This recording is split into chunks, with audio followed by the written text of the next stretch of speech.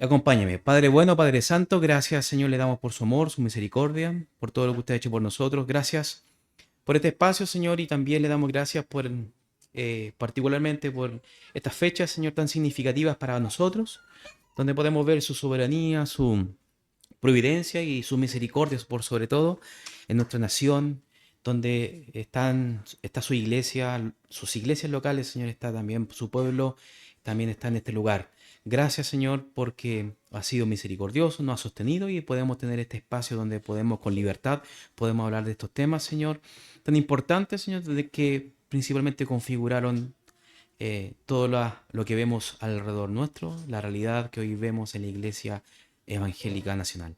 Ayúdenos a seguir investigando, ayúdenos, Señor, también a entender y comprender y valorar este espacio, Señor, porque todo esto, Señor, es motivado por solamente su gloria. Gracias, Señor, le damos en el nombre de Jesús. Amén. Mis hermanos, bueno, oficialmente cumplimos 215 años, ¿sí? 18 de septiembre desde 1810.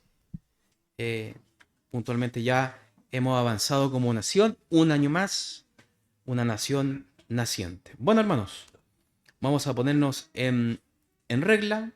Todo esto hemos pasado y indudablemente eh, la- hemos avanzado en cada etapa, ¿cierto?, del desarrollo de nuestro país, donde puntualmente llegamos al, a ciertos personajes importantes como lo fue, y todavía no llegamos, a David Trumbull, ¿cierto? Que ya lo dejamos un poquito atrás a nuestro reformador. Ahí estamos con el anglicanismo y ahí está David Trumbull con ciertas cosas que vimos muy, muy importantes la semana pasada. Bueno,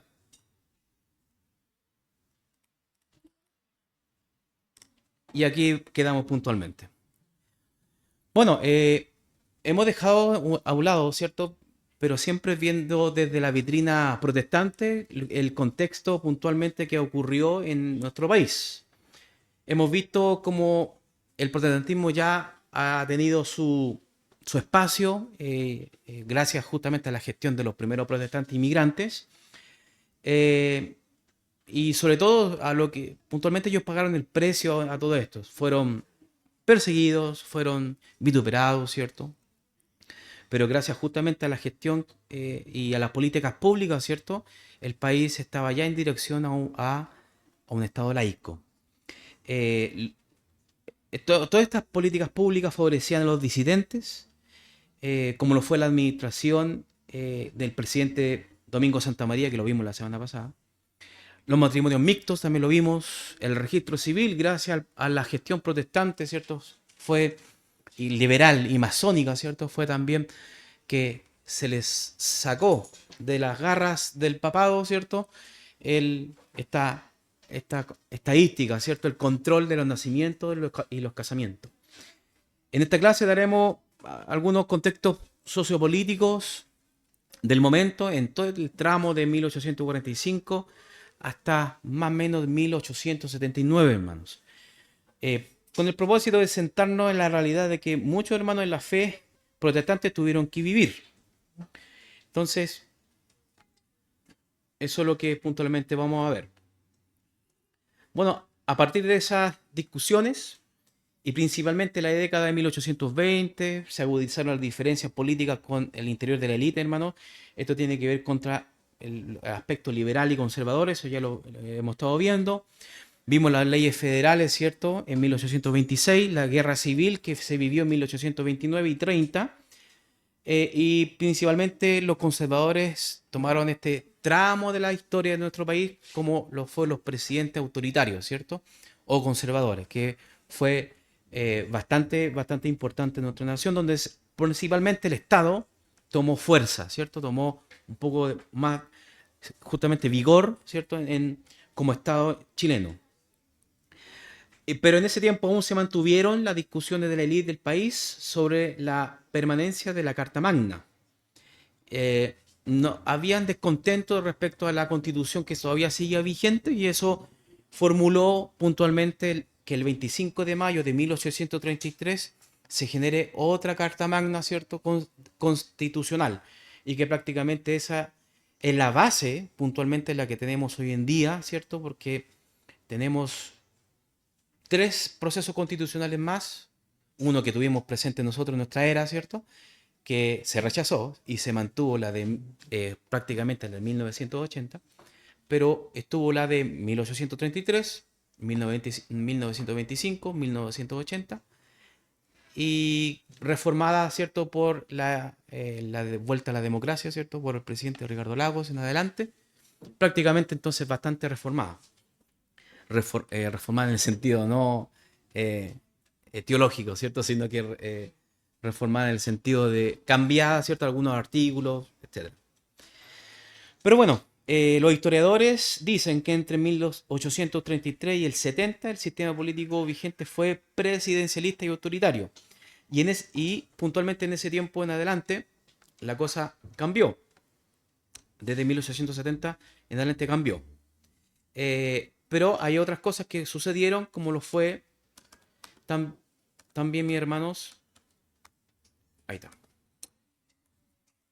La guerra civil que vivió este presidente que estamos viendo en pantalla, el presidente Manuel Montt, prácticamente fueron dos guerras civiles, que tiene que ver también lideradas por los liberales, ¿cierto? Y los conservadores en el poder.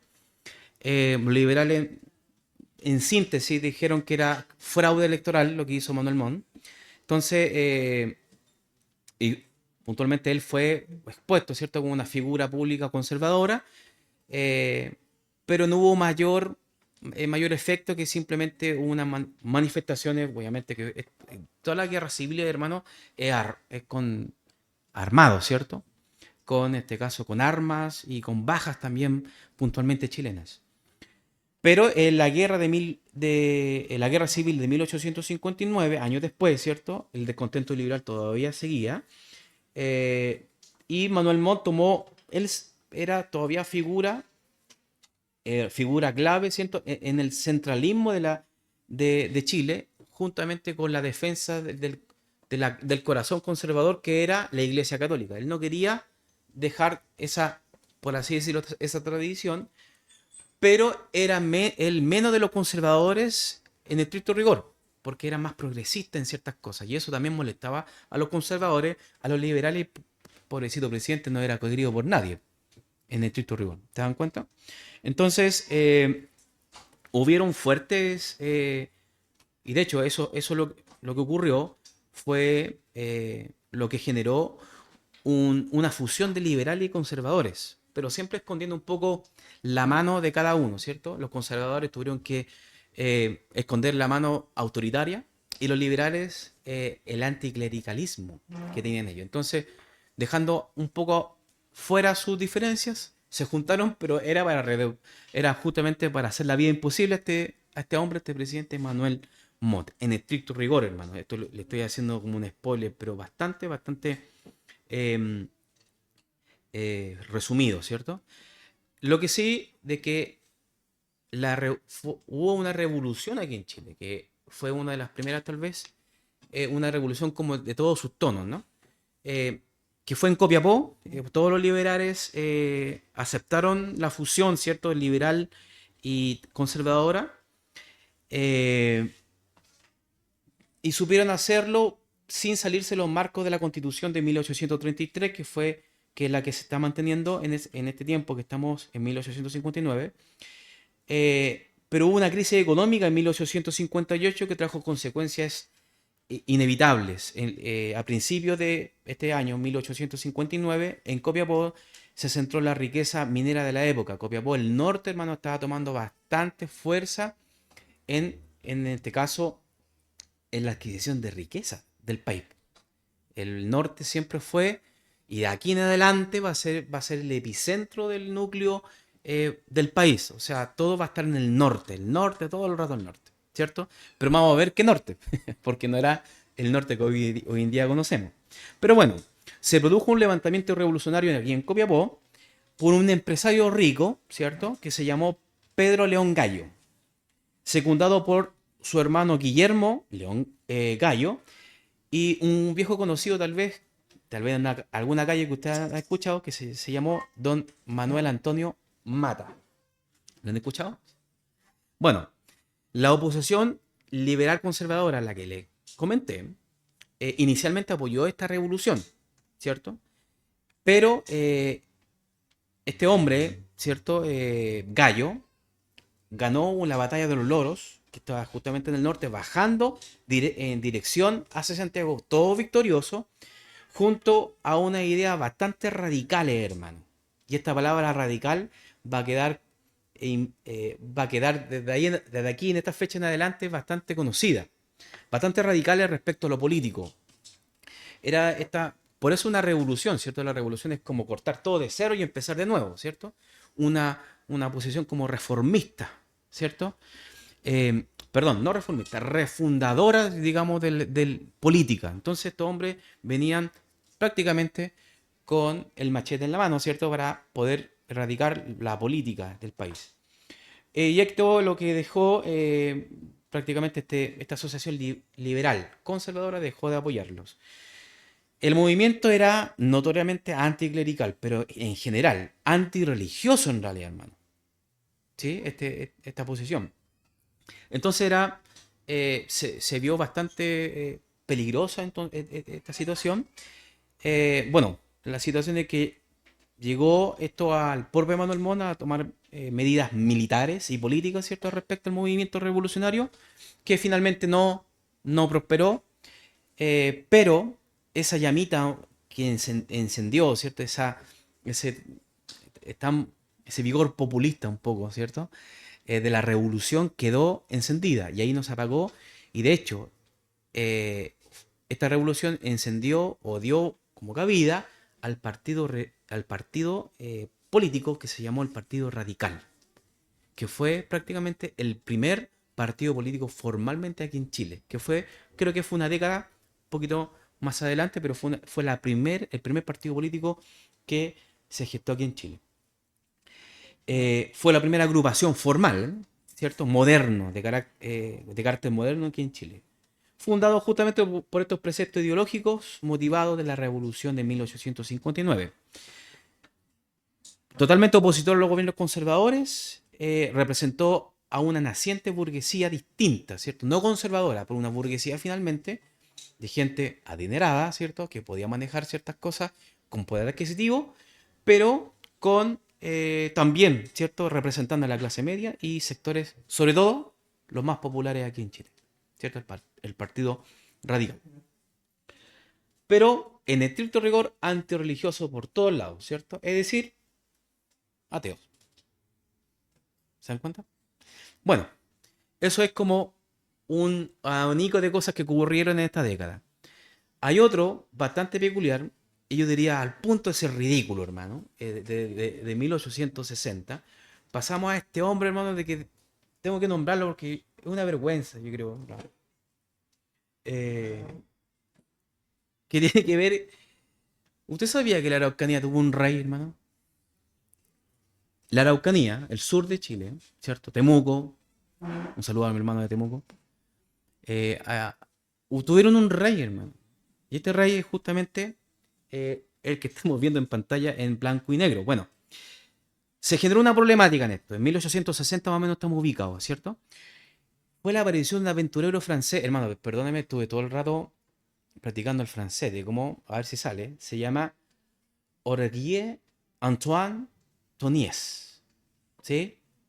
1825-1878. Tal vez no me salió. Perdón por el francés.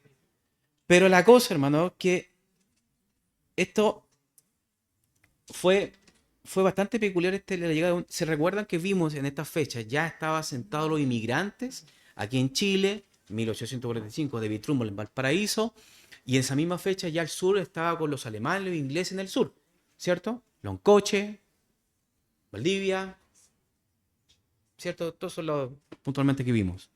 Y este hombre llegó y se infiltró, pues, hermano. Se infiltró en este, puntualmente en esta inmigración.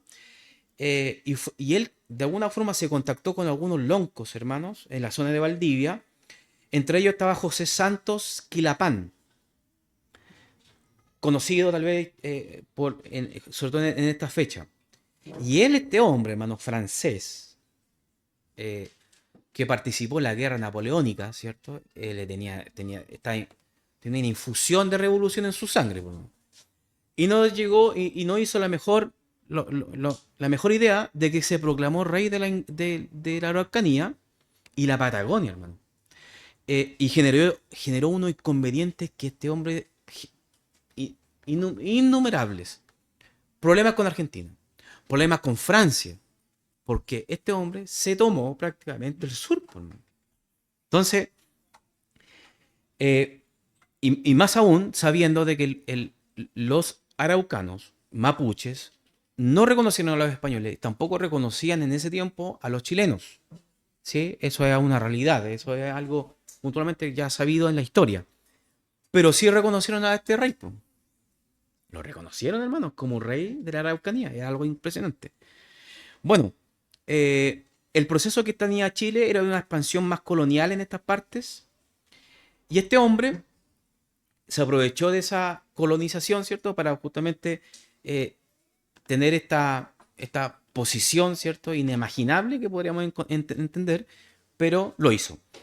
Gracias a la política de inmigración y colonización del sur de extranjeros, este hombre aprovechó el trono mapuche, hermanos, en el contexto de la pacificación. Había un proceso de pacificación en la Araucanía, en el sur, donde la intervención militar, ayudada por las bases, ¿cierto?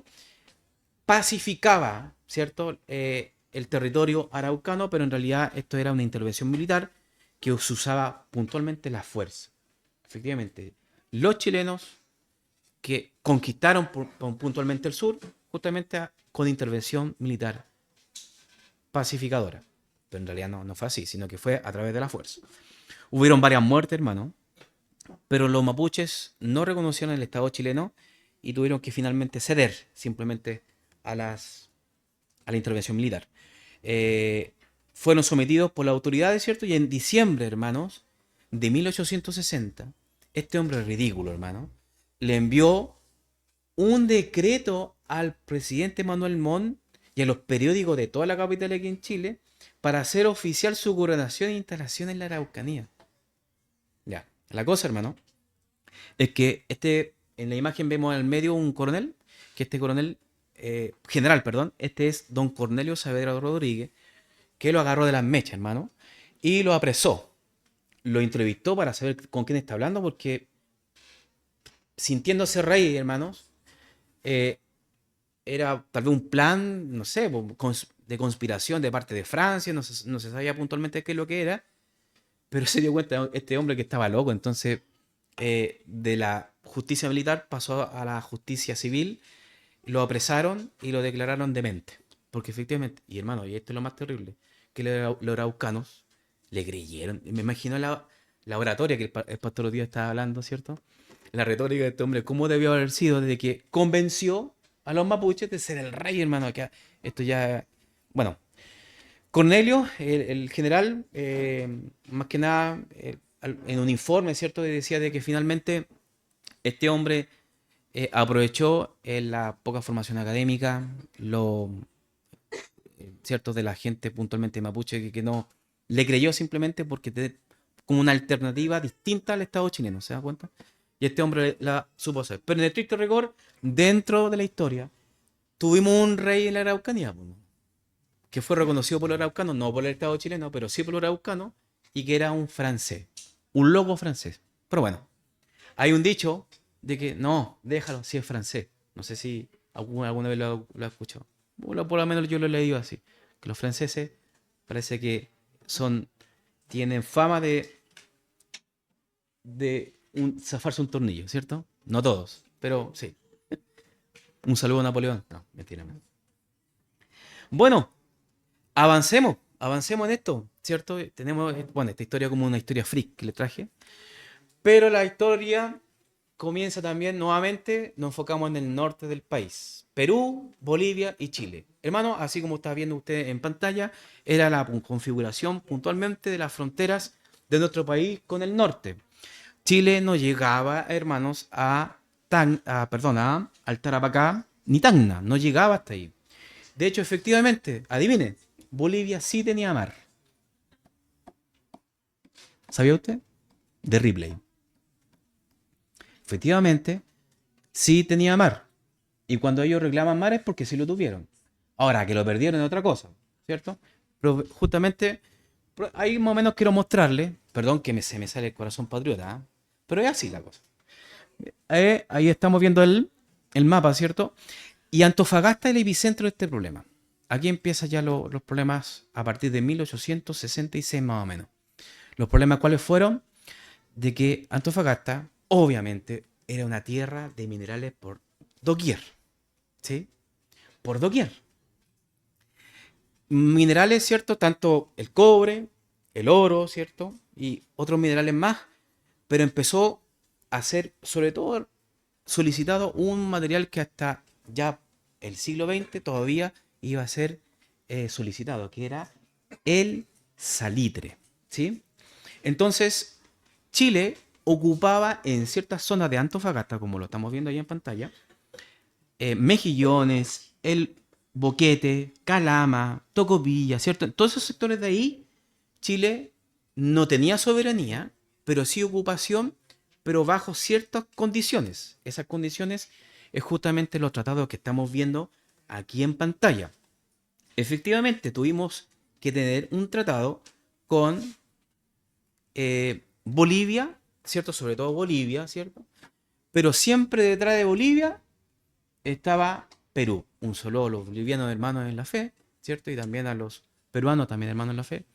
Pero efectivamente la historia es así, ¿cierto? Y de hecho contado justamente por ellos. Que hubo un tratado límite, ¿cierto? Los aliados latinoamericanos eh, se vieron enfrentados por el territorio del norte. El salitre fue un mineral que en este tiempo ya estaba siendo muy solicitado como fertilizante y para el uso de la pólvora, hermanos. Entonces Antofagasta boliviana, no chilena en ese tiempo, eh, tenía naturalmente estos materiales que se estaban solicitando. Pero para llegar a un acuerdo y no tener conflicto bélico, porque constantemente había tensión con Bolivia, hermano, hasta el día de hoy, pero siempre había tensión con Bolivia, que llegaron a este tratado de 1600, 1866. Fueron dos tratados. Lamentablemente, Chile ya tenía presidentes, pero Bolivia lamentablemente todavía tenía golpes de Estado y golpes de Estado y golpes de Estado, entonces siempre tenía dictadores en su gobierno. También en este caso Perú era un poco más ordenado, Bolivia era en cierta manera más desordenado. Pero se mantuvo un poco el orden de las cosas durante un tiempo, pero en este caso, no me acuerdo el presidente, lo vamos más adelante, perdón, el general, ¿cierto? Del dictador en Bolivia estaba desconociendo la ocupación chilena, entonces quiso imponer mayor impuesto a los sacos de salitre. Entonces los chilenos, ¿cierto? Empezaron a decir, oye, no es así aquí. Entonces ahí empezó a tener fricción y tuvieron que nuevamente volver a tener un tratado en 1874 a, a, a regular los tributos, ¿cierto? Que lo hacían por saco. Pero prontamente la fiebre del salitre, porque fue una fiebre, hermano, bastante fuerte, ¿cierto? Y la presencia mayormente chilena en Antofagasta, ojo que no era nuestra, hay que ser justo, ¿cierto? No era nuestra, cambiaría la historia puntualmente del país. Entonces ahí entramos de llenito, hermano. Adivina de qué. A la guerra del Pacífico, ¿cierto? A la bien ponderada guerra del Pacífico, donde, bueno, ahí están los nombres, se me estaban olvidando en la mente, hermanos. Hilarión Daza, Bolivia, no reconoció los tratados anteriores y exigió un impuesto por saco salitrero. El presidente Aníbal Pinto, que teníamos en ese momento, solicitó la ocupación inmediatamente de Antofagasta en respuesta a la expropiación de parte de Bolivia. Bolivia tomó todos los, eh, los utensilios, las empresas, ¿cierto? Las instalaciones chilenas y las expropió para ellos. Y ellos pensaban que Chile no iba a hacer nada. Mariano Prado, otro también presidente, ¿cierto?, del Perú, intentó mediar en el conflicto, ¿cierto? Pero Chile lo declaraba como un país aliado de Bolivia. Y era verdad. En la historia también existe una especie de tratado entre países de Bolivia y Perú, pero clasificado, no público, de alianza, ¿cierto? Como país vecino. Y Chile, a través, no sé, de los recursos posiblemente militares, se dio cuenta de esto y declaró a Perú que, hey, no seas el juez nuestro, porque tú vas a inclinarte por Bolivia. No estás a favor de los intereses de Chile. Entonces Daza, el 1 de marzo, ojo con esto, de 1879, declara la guerra a Chile. ¿Quién declaró la guerra a Chile? Los bolivianos. El 1 de marzo, ¿sí? Chile solicita a Perú neutralidad, pero Prado no da respuesta. Se demoró un mes. Chile esperó un mes. Ahora, viéndolo de esta perspectiva, Chile quería la guerra, no quería la guerra. Pero tampoco íbamos a dejar que pasaran las cosas por alto, ¿cierto? Entonces le dio a Perú neutralidad y no dijo nada, parado calladito, ¿cierto? El Perú. Entonces Chile, bien aguerrido y solito, declara la guerra a Perú y Bolivia el 5 de abril de 1879. ¿Sí?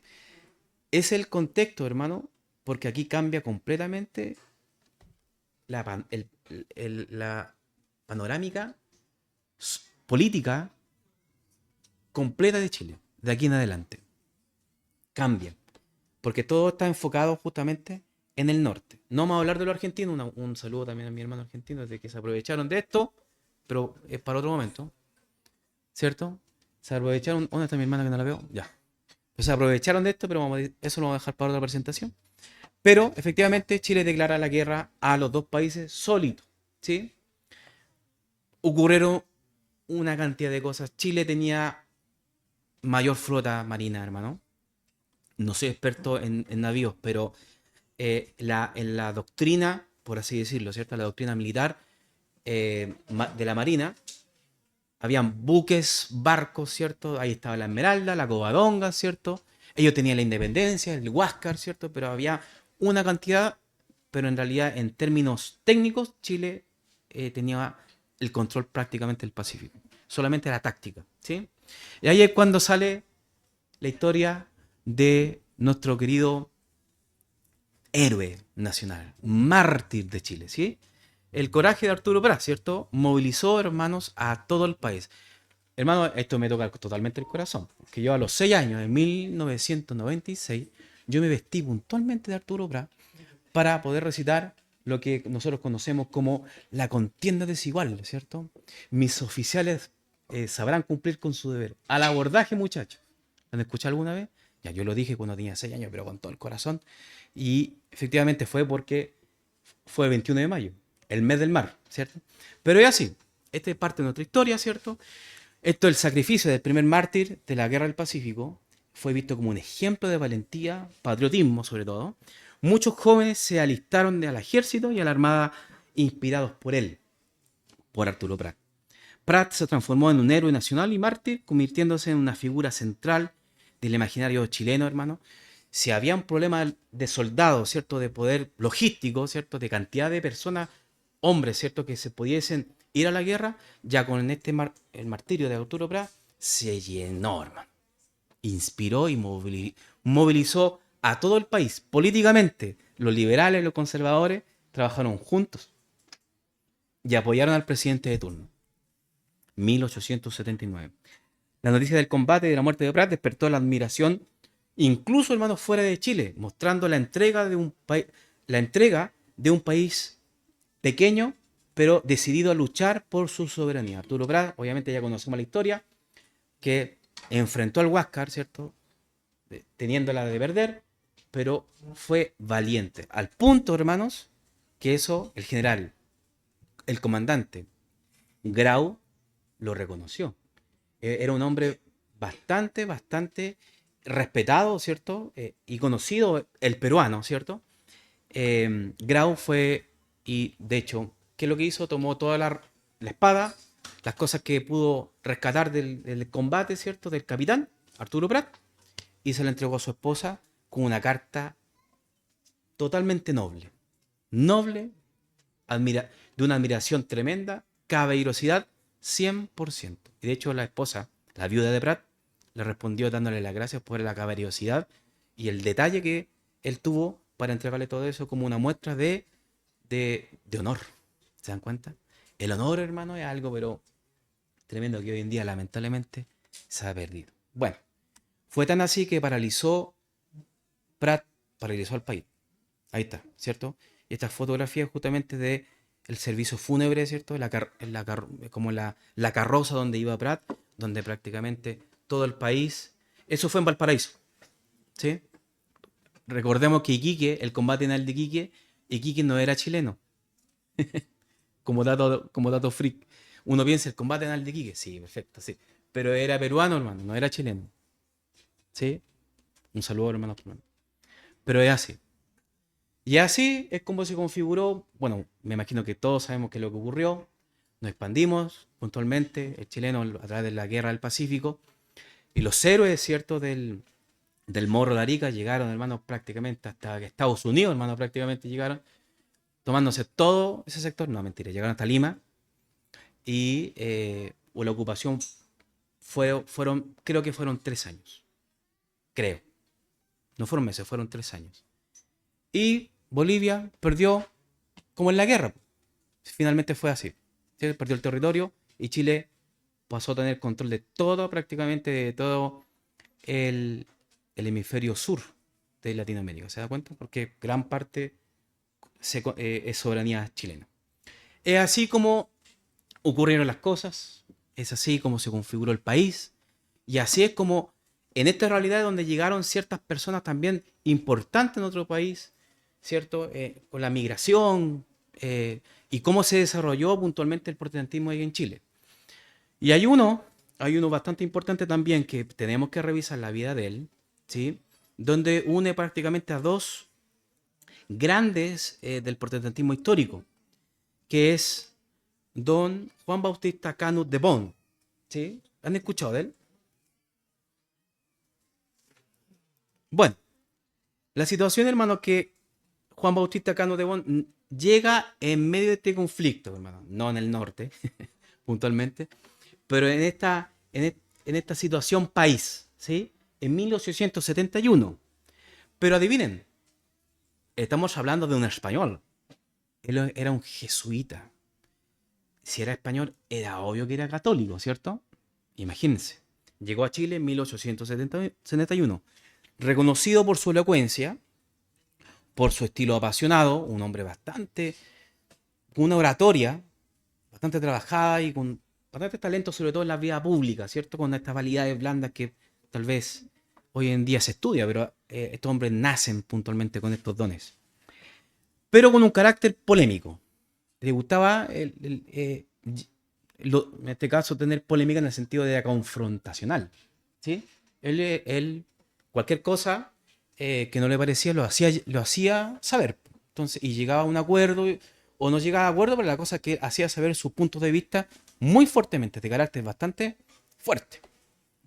Bueno, y con el tiempo empezó a entrar en conflicto con la autoridad eclesiástica católica, ¿cierto?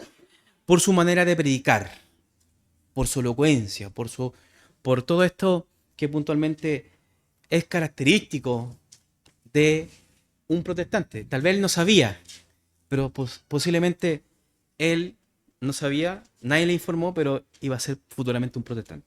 Pero bueno, y sobre todo llegó en conflicto con los jesuitas porque él tenía cuestionamientos doctrinales que él veía que no estaban en congruencia, se dan cuenta tal vez con su posición.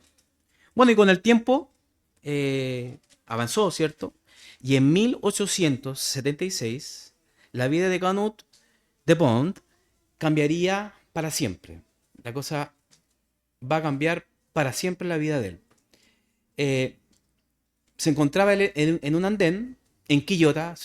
¿Alguien sabe dónde está Quillota? Quinta región, ¿cierto? Buena aceituna. Y también maracuy, palta y chirimoya. Sí, muy buena chirimoya. Un saludo a lo de Quillota. Y habían trenes. En este tiempo, hermano, Chile se desplegaba en trenes. ¿Sí? ¿Se dan cuenta que todo tiene un contexto? Todo tiene una relación. Ya. Chile se desplegaba puntualmente en trenes. Y en la estación del metro de Quillota, perdón, en la estación del tren de Quillota, se encontró con un libro. Ese libro le llamó bastante la atención, pues en aquel tiempo los recursos literarios, hermano, no abundaban.